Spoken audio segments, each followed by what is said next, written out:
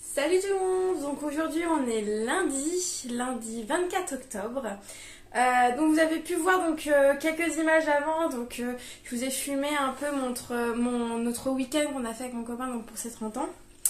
Donc il y a eu les 30 ans de mon copain, mais il y a aussi mon anniversaire qui était hier et donc voilà, déjà je voulais vous remercier surtout pour ceux qui sont sur Instagram qui m'ont souhaité mon anniversaire, c'est vraiment très gentil de votre part, c'était vraiment super adorable.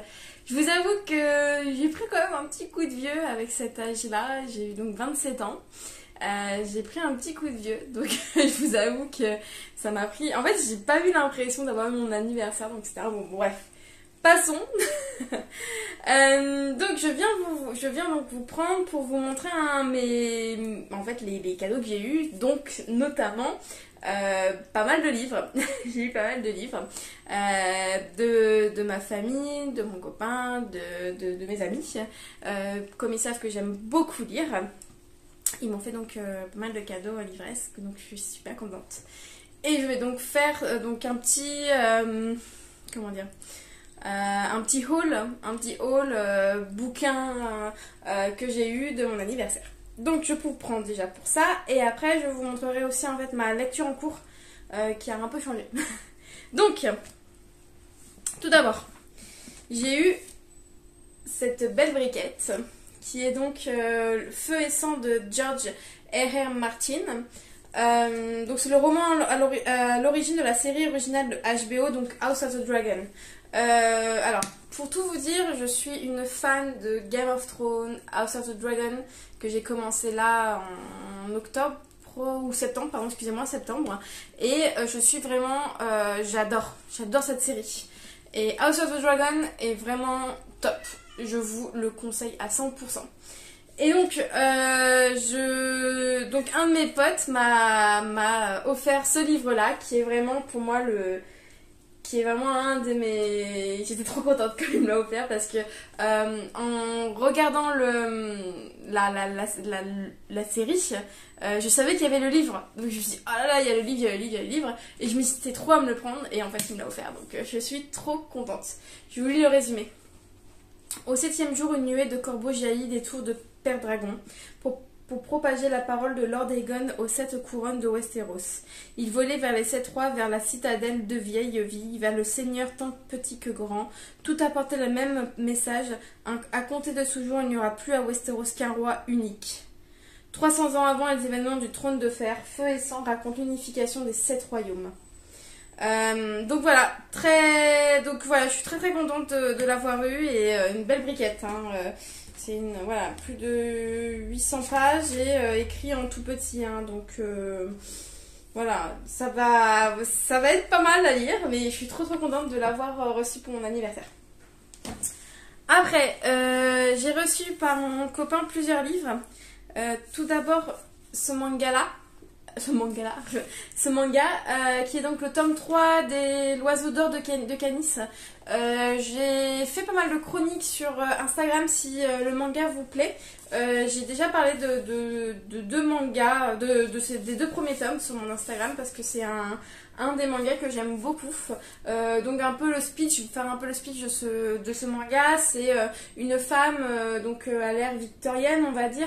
Ouais, en tout cas au 19e siècle, cherche à se faire publier mais n'arrive pas parce qu'elle est une femme.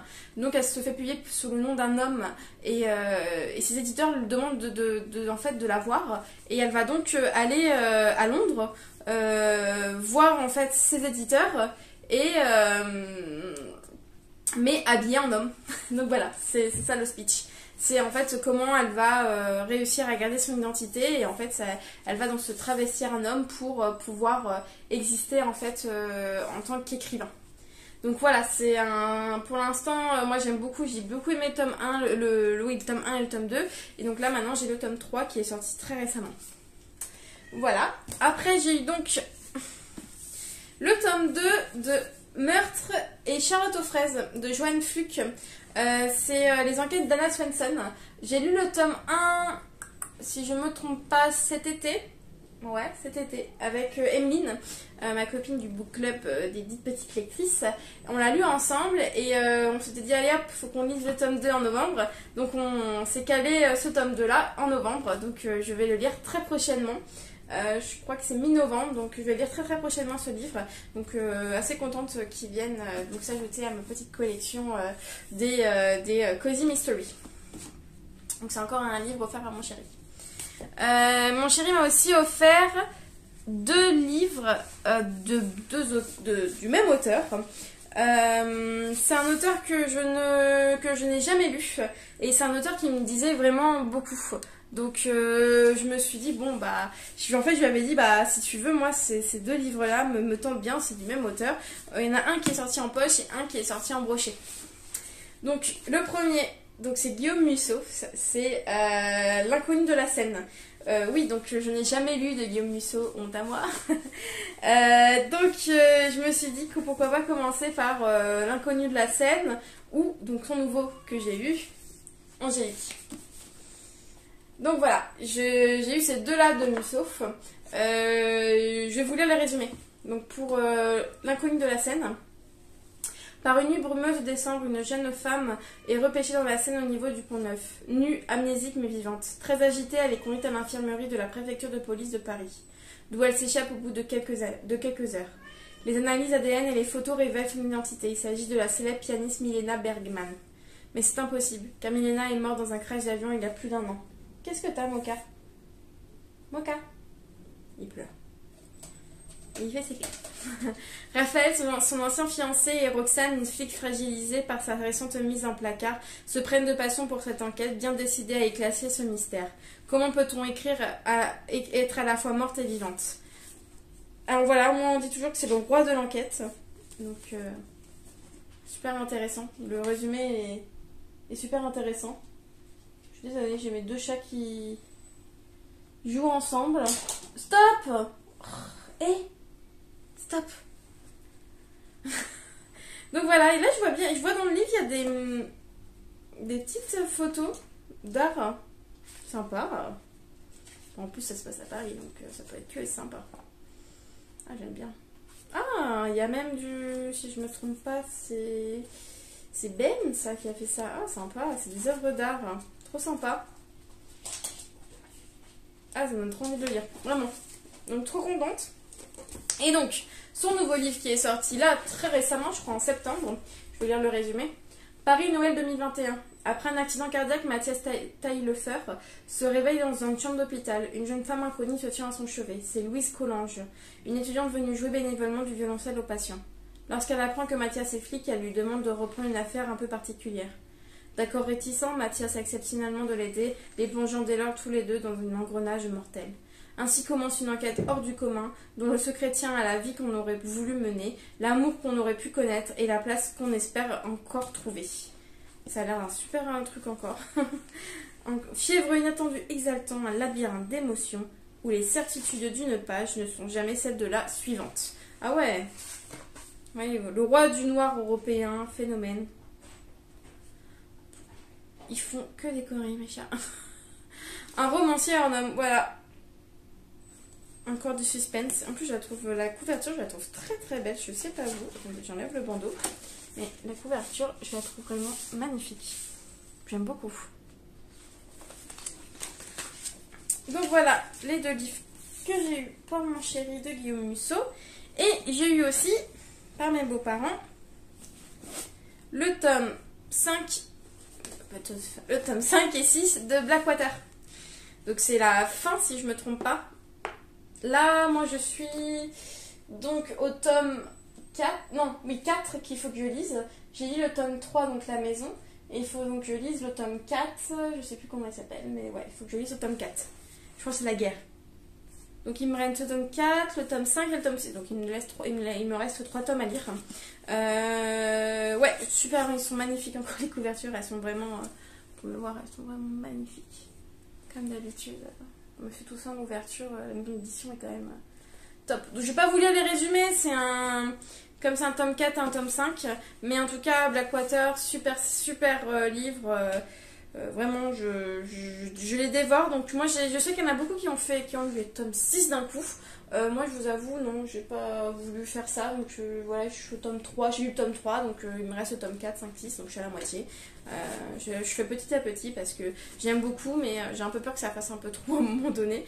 Donc voilà, je lis petit à petit. C'est donc tout. C'est donc tout. C'est quand même déjà beaucoup que j'ai eu par ma famille. Ils m'ont gâté de livres. Je suis super contente. J'étais super contente. J'étais super gâtée. Donc c'est vraiment... Voilà. C'est énorme ce que j'ai eu. Mais hyper contente. Ça me fait en plus dans ma palle. J'en ai encore plus à lire dans cette bibliothèque. Je ne sais pas ce que je vais faire. Donc voilà, concernant mon petit book haul de mon anniversaire, concernant ma lecture en cours, donc j'étais toujours sur La collectionneuse des mots oubliés de Pip Williams. Je suis à la moitié du livre, j'avance très lentement, très lentement.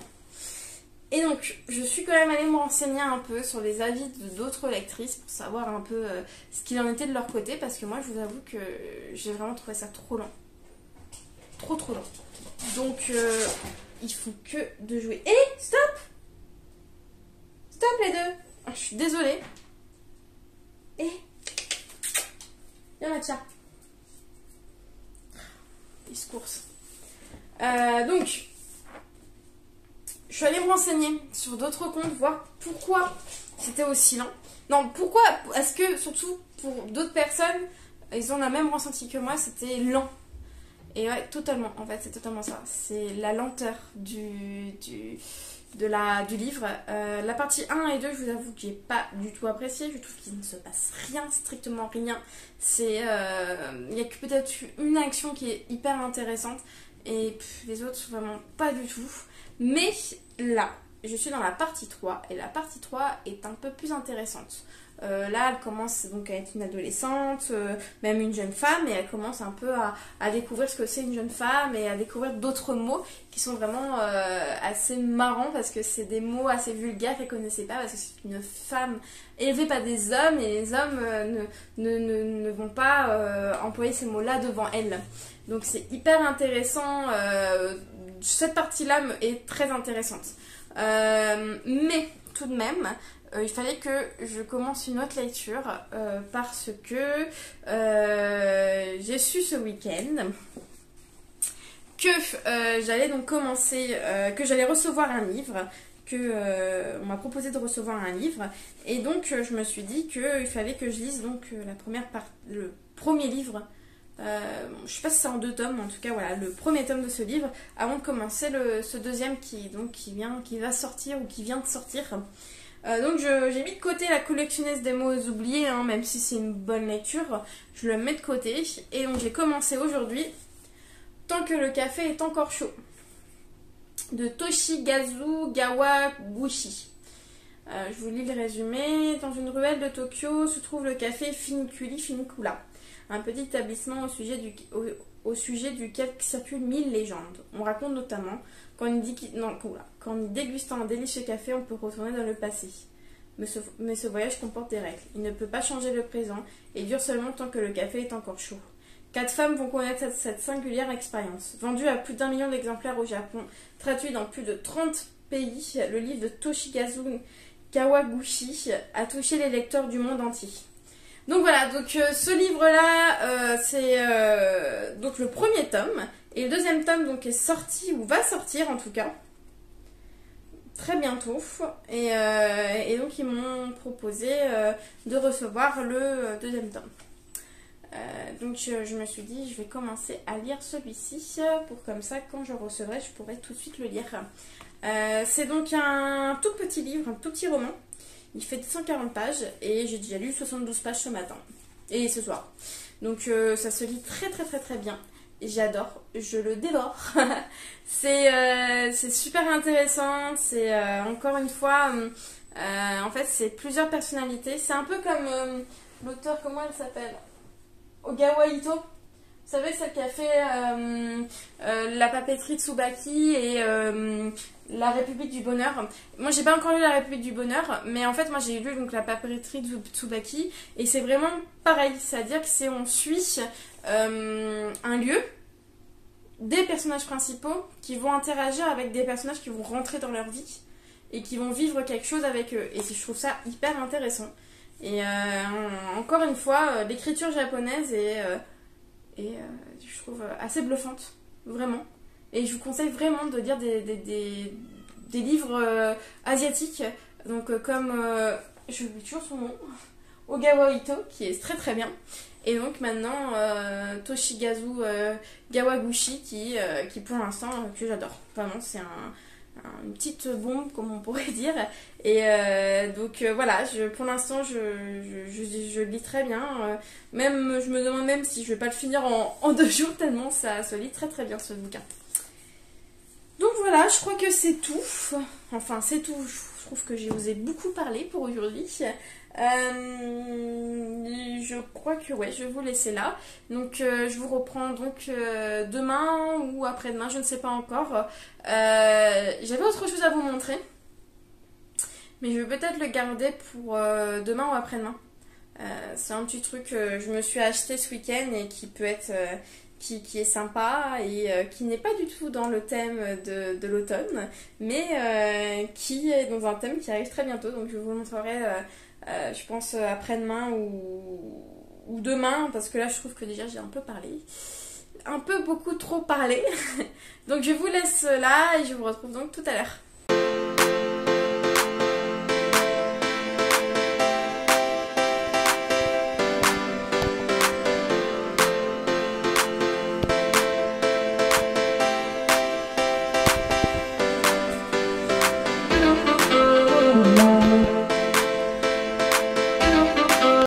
Et voilà mon tout nouveau fauteuil de bibliothèque, un beau petit papasan. Je me suis pris aussi un super plaid jaune, trop beau. Je suis trop contente, ça fait tellement bien de venir dans ça. C'était pour vous faire un petit coucou. Regardez, il y a déjà mes chats qui vont l'adopter, je crois. Allez, je vous laisse. Hello tout le monde, donc on se retrouve aujourd'hui, on est vendredi 28 octobre. Je vous retrouve donc dans ma nouvelle déco, dans mon beau papasan. Donc, ouais, je suis trop... Donc j'ai eu en fait ce cadeau-là par ma famille, qui m'ont donc offert des bons pour m'acheter ce merveilleux papasan. Je vous avoue que là, je viens de remarquer que mes chats ont commencé à faire leur griffe sur le bois. Donc, je suis un peu en panique. Je pense que cette pièce va être fermée parce que j'ai vraiment trop peur qu'il fasse des bêtises avec ce papasan. Ouais, super. Voilà. Niveau déco, c'est bon. Je vous reprends donc pour vous faire donc un petit update lecture concernant donc ma lecture en cours, la lecture que j'ai finie et ma lecture audio. Et j'ai eu une réception et bien sûr j'aimerais vous montrer aussi quelque chose que je me suis acheté le week-end dernier et que je me suis dit que ça pourrait être pas mal de vous montrer. Donc tout d'abord, update lecture. Donc la lecture que j'ai terminée, c'est donc celui-ci, Tant que le café est encore chaud, de Toshigazu Kawaguchi. Donc je vous en ai parlé, j'avais commencé lundi et je crois que je l'ai terminé mercredi. Donc vous voyez, je l'ai lu en 3 jours. Hein. C'est un tout petit livre, il fait 230 pages. Très bonne lecture. très bonne lecture. Très contente de l'avoir pu le découvrir. J'en ai beaucoup entendu parler parce qu'en fait il est sorti donc en brochet, je crois donc l'année dernière, le café aux éditions Albin Michel, et il est sorti donc en livre de poche cette année, là, il y a quelques mois, au livre de poche. Donc très très bonne lecture. Il y a en fait la suite qui vient de sortir, qui est sortie je crois bien, ou qui va sortir, et que je vais recevoir. Donc c'est pour ça que j'ai lu un peu en vitesse celui-ci. Je me suis dit, oulala, si je dois recevoir la suite, il faut quand même que je sache ce qui s'est passé dans le premier livre. Donc c'était une très très bonne lecture que j'ai lue donc avec Margot, donc ma copine du book club. Je crois que Margot ne l'a pas encore terminé, mais en tout cas pour l'instant voilà, c'était une très bonne découverte et je suis très contente de l'avoir pu avoir pu en fait le lire et surtout avoir la suite très bientôt. Donc ça c'était ma lecture terminée. Je me suis dit que j'allais donc commencer une nouvelle lecture pour encore le Happy Fall Challenge que j'ai bientôt terminé. Il me reste encore je crois une ou deux thématiques. Ouais, une ou deux thématiques et j'aurais fini le Happy Fall Challenge. Je vous avoue que c'est la première fois de ma vie que j'arrive à finir un challenge. Wouhou! Parce que d'habitude, je n'arrive pas à finir un challenge. C'est très très compliqué. Mais là, j'ai réussi. Donc, je suis assez contente de moi. Voilà. Donc, j'ai commencé Seul en sa demeure de Cécile Coulon. C'est un livre qui est sorti l'année dernière, qui a quand même entendu pas mal parler, parce que c'est un livre, on va dire, un peu à l'ambiance à la Rebecca. Vous voyez le livre de Rebecca, de l'auteur, bah, ça ressemble un peu à ça, ce qui paraît. Moi, je n'ai pas encore lu Rebecca et je pense que ça va être une lecture audio que je vais faire de Rebecca. Je l'ai mis dans ma wishlist et je me demande si ça sera pas ma prochaine lecture audio parce que j'en ai tellement entendu parler que j'aimerais vraiment pouvoir en fait le lire, mais comme c'est un gros pavé, je me dis qu'en lecture audio, ça va un peu plus me motiver. Donc, Seul dans sa demeure, publié aux éditions Iconoclast. Vraiment, les éditions Iconoclast, j'adore. J'adore. Ils ont vraiment un truc, je sais pas, j'aime bien. C'est déjà le format, c'est entre le brochet, je trouve, et le poche. Moi, je trouve que voilà, c'est centré, il n'y a pas trop, voilà, c'est espacé, c'est écrit gros. Moi, j'aime beaucoup en fait cette maison d'édition et la ligne éditoriale est vraiment très très belle, moi, je trouve. Donc voilà, ça c'était pour la maison d'édition. Donc maintenant je vais vous lire le résumé. Le domaine marchière lui apparaîtrait comme un paysage après la brume. Jamais elle n'aura vu un lieu pareil, jamais elle n'aura pensé y vivre. C'est un mariage arrangé comme il en existait tant au XIXe siècle. À 18 ans, Aimée se plie au charme froid d'un riche propriétaire du Jura, mais très vite elle se heurte à ses silences et découvre avec effroi que sa première épouse est morte peu de temps après les noces. Tout devient menaçant, les murs hantés, les cris d'oiseaux la nuit, l'emprise d'Henria la servante. Jusqu'au jour où apparaît Emmeline. Le domaine se transforme alors en un théâtre de non-dits, de désirs et de secrets enchâssés. Car ici les âmes enterrent leurs fautes sous les feuilles et les branches dans la terre et les roncent et cela pour des siècles. Donc voilà, ça a l'air un peu, je trouve que ça va bien en plus dans l'ambiance un peu Halloween qui arrive là ce week-end. Donc voilà, je suis très contente de ma lecture. Là pour l'instant, vous voyez, j'ai lu 96 pages et il fait un peu plus de 330 pages à peu près. Donc voilà, j'ai bien avancé quand même. Je trouve qu'en même pas 2 jours, j'ai bien lu. Ça c'est vraiment très très bien. C'est des tout petits chapitres, donc moi j'enchaîne. J'adore les petits chapitres parce que c'est vraiment, on peut enchaîner, on peut vite en fait avancer et je trouve ça sympa. Donc voilà pour ma lecture en cours. Niveau lecture audio, je suis au chapitre 29. Vous voyez, je suis à la fin de ma lecture audio. Donc toujours sur le bureau des affaires et occultes de Éric Foissier. Vraiment j'aime beaucoup, je me retrouve beaucoup dans ce Paris du 19e siècle, surtout que là il y a des quartiers que je connais même très très bien parce que c'est des quartiers où j'ai étudié, donc là j'aime beaucoup, c'est super intéressant de pouvoir s'imaginer en fait le Paris du 19e siècle assez sombre, assez moite comme je vous disais, un peu, moi je trouve que c'est un peu à la Sherlock Holmes quand même, moi je trouve, hein. Vraiment ce ce livre est vraiment très très bien. Il me met vraiment dans l'ambiance et moi qui travaille à Paris, qui habite pas très loin de Paris, j'adore. Donc voilà, pour l'instant, très bonne lecture. Donc c'est une enquête policière, assez, on va dire, enquête policière, mais assez quand même, je dirais pas gore, mais assez, assez thriller, je sais pas, mais en tout cas c'est pas, on va dire, c'est pas une enquête policière telle Sherlock Holmes, c'est plutôt une enquête policière quand même qui a des déviances assez, assez, on va dire, assez bizarres. Mais c'est très très bien, vraiment, je vous conseille cette lecture. En plus, donc c'est une lecture audio et moi j'aime beaucoup comment le narrateur, fait les différentes voix. Je trouve ça assez intéressant et assez marrant. Donc voilà pour ma lecture audio. Maintenant, j'ai donc eu une petite réception des éditions XO. C'est un livre que j'ai demandé, donc je sais totalement ce que c'est. Hein. Alors, qu'est-ce que c'est? Je vais vous montrer tout de suite.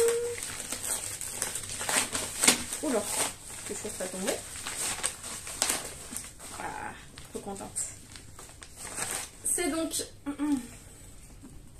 le nouveau roman de Christian Jacques, qui est en fait un de mes auteurs historiques, de romans historiques préférés. Christian Jacques, pour ceux qui ne connaissent pas, c'est un auteur qui écrit énormément sur l'Égypte.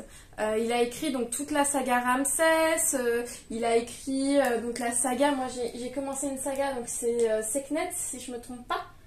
Ouais, c'est ça, c'est les enquêtes de Setna, pardon, c'est Sekhmet, de Setna.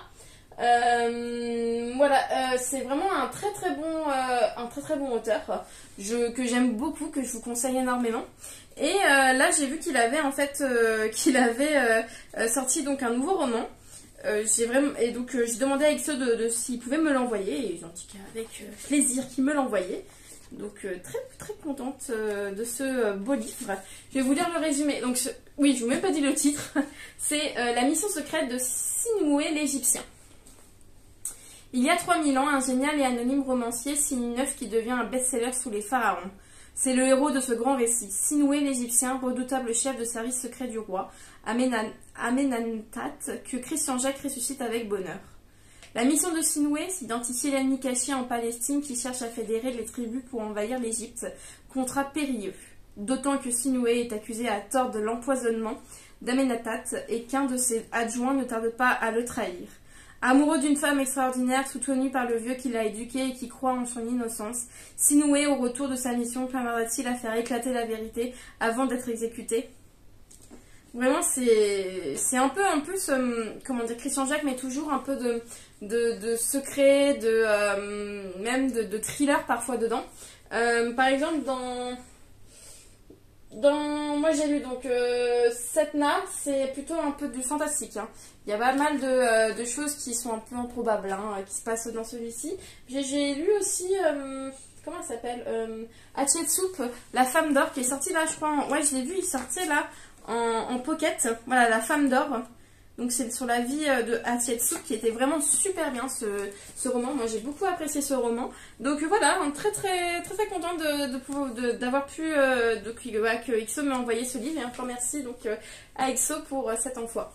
Et je me demande quand est-ce que je vais pouvoir le lire parce que j'ai tellement de livres à lire que je vous dis pas. J'espère le lire très prochainement, vraiment du janvier, décembre en tout cas. Il faut que je le lise parce que c'est vraiment un de mes auteurs préférés et Christian Jacques, c'est génial. Donc je vous conseille vraiment Christian Jacques, si vous ne connaissez pas, embarquez-vous dans l'aventure Christian Jacques. Donc, pour les livres, c'est fait. Là, je vais vous chercher autre chose qui est juste en face de moi, que j'ai oublié de me le mettre à côté de moi. Donc, j'arrive tout de suite.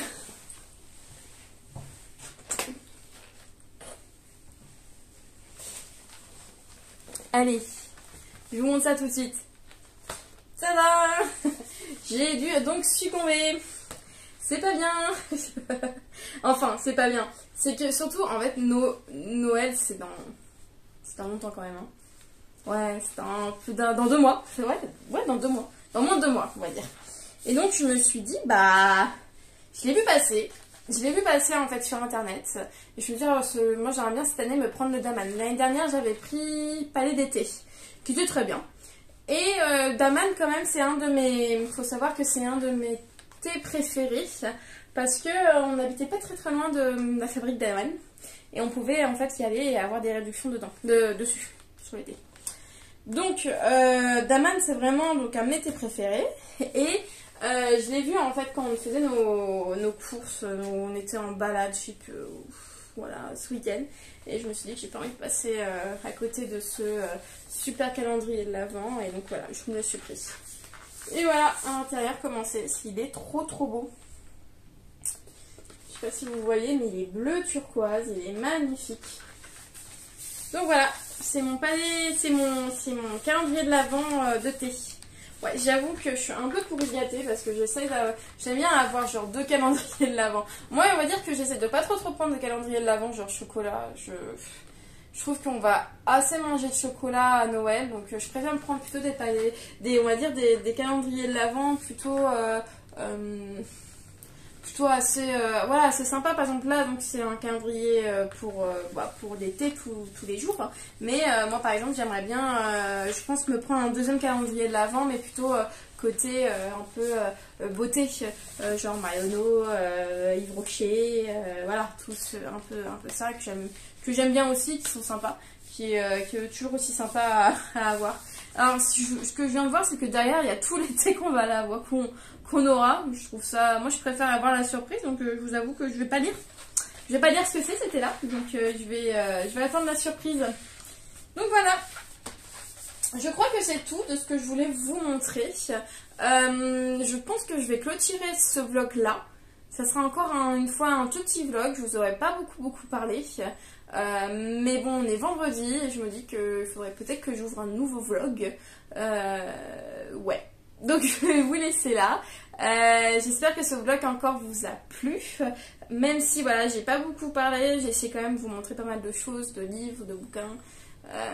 Mais voilà, j'espère que tout ça vous a plu. N'hésitez pas donc à liker, à commenter, à vous abonner bien sûr.